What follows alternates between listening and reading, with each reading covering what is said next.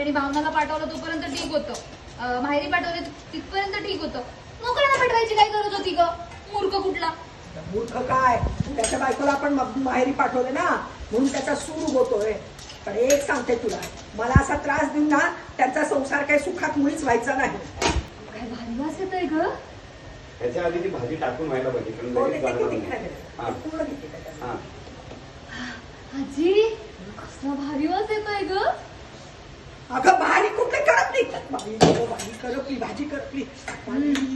बघितलंस, स्वतःला पण येत नाही एक काम धडे, नुसती मला बडबडत बसते. बडबड बडबड बडबड करायला बसलेस, तुझ्याकडे लक्ष देऊन माझी भाजी करत नाही. काय केलेस? अगं आणि ते काय केलंय महापूर, झालं सगळ्या स्वयंपाकाचा सत्यानाश. जरा आता खायचं काय पोटाला. आजी पुन्हा जरा शांत बस. तो तळतळाट त्या भावना आणि सिद्धूला लागतो की नाही हे मला माहिती नाही, पण आपल्याला नक्की लागतोय. आजी हे सगळं बघून आपल्याला आज जेवण जेवायला मिळेल की नाही मला नाही माहिती.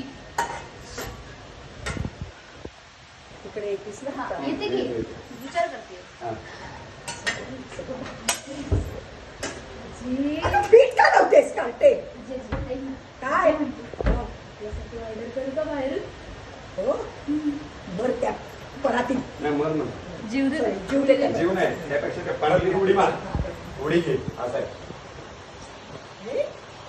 काय चाललंय तुझं? ऑर्डर करू का बाहेर?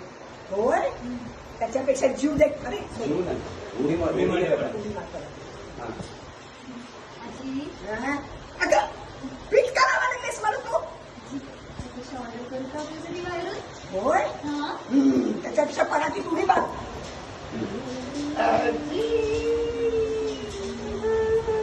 अगं नाही नाही नाही, डोक्याला हात मारला.